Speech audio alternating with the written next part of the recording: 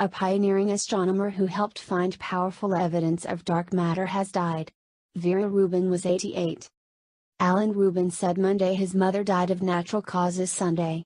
He says the Philadelphia native had been living in the Princeton, New Jersey, area.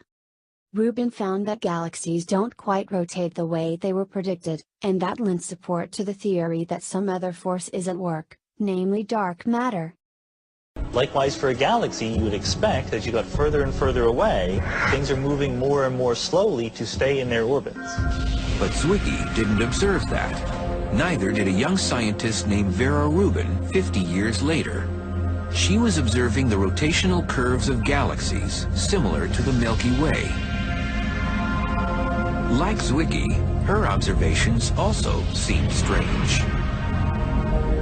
What Vera Rubin actually measured was that he got further and further away, the velocity of the orbiting gas and dust remained constant.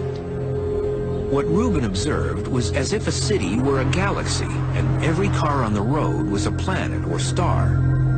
And despite the amount of traffic, every car traveled around the city at the same speed.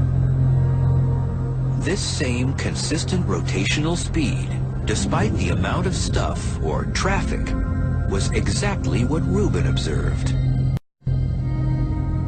The outer parts of the galaxy were rotating fast enough that there must be a lot more mass, otherwise the galaxy would have flown apart. The only way to resolve this paradox of galaxies which spin 10 times too fast is to assume that there is a halo of invisible matter surrounding the galaxy, keeping the galaxy whole.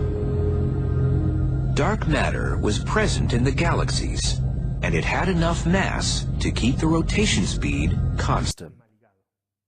During the 1970s, the American astronomer Vera Rubin and her team examined again the dark matter.